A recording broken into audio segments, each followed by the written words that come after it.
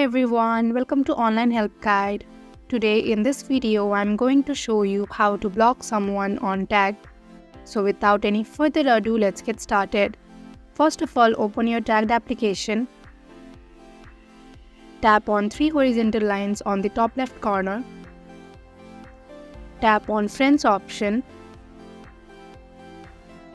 Click on New on the final column. Tap on the profile that you want to block.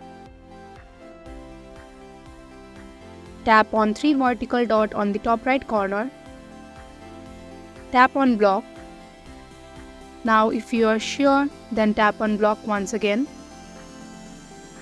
And that is how you can easily block someone on tag. Thank you for watching Online Help Guide. Hope this video was helpful, and if it was, hit the like button and comment below your questions and feedback. Also, if you are new to our channel, subscribe and hit the bell icon so that you do not miss our upcoming videos.